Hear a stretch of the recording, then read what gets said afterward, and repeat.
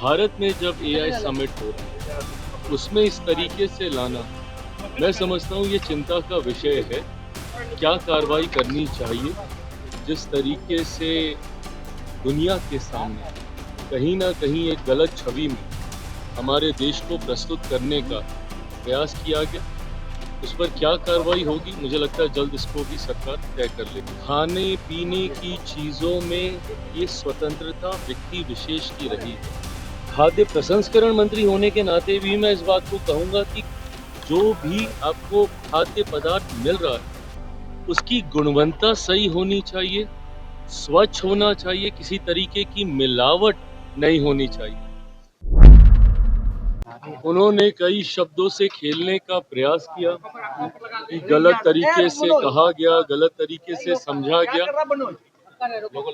पर एक बाहर किसी दूसरे देश की चीज को भारत में जब एआई समिट हो रहा है उसमें इस तरीके से लाना, मैं समझता हूँ ये चिंता का विषय है। बहरहाल फिलहाल अभी ये समिट चल रहा है, इसके बाद क्या कार्रवाई करनी चाहिए, जिस तरीके से दुनिया के सामने कहीं ना कहीं एक गलत छवि में हमारे देश को प्रस्तुत करने का प्रयास किया गया, उस पर क्या कार्रवाई होगी मुझे लगता है जल्द इसको भी सरकार तय कर लेगी। कई मुस्लिम संगठन ने कहा है कि सावन में हम लोग मीट मांस नहीं खाते हैं, बंद कर दिया जाता है, तो रमजान के दिन दिल्ली में शराब बंद की जाए, ये गुजारिश है मेरा।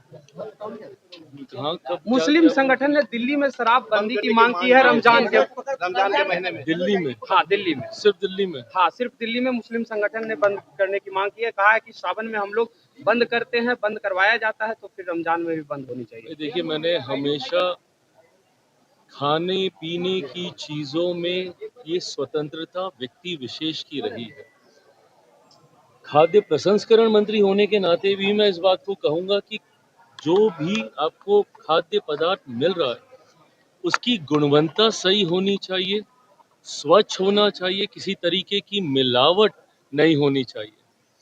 पर कब किस मौसम में क्या मिलेगा नहीं मिलेगा मुझे लगता है ये व्यक्तिगत स्वतंत्रता का विषय है। कभी अगर किसी मुस्लिम त्योहारों के वक्त अगर इसको बंद करने की बात कही जाती है या हिंदू त्योहारों के वक्त कही जाती है, मेरी पार्टी इस बात का पक्षधर नहीं रही है।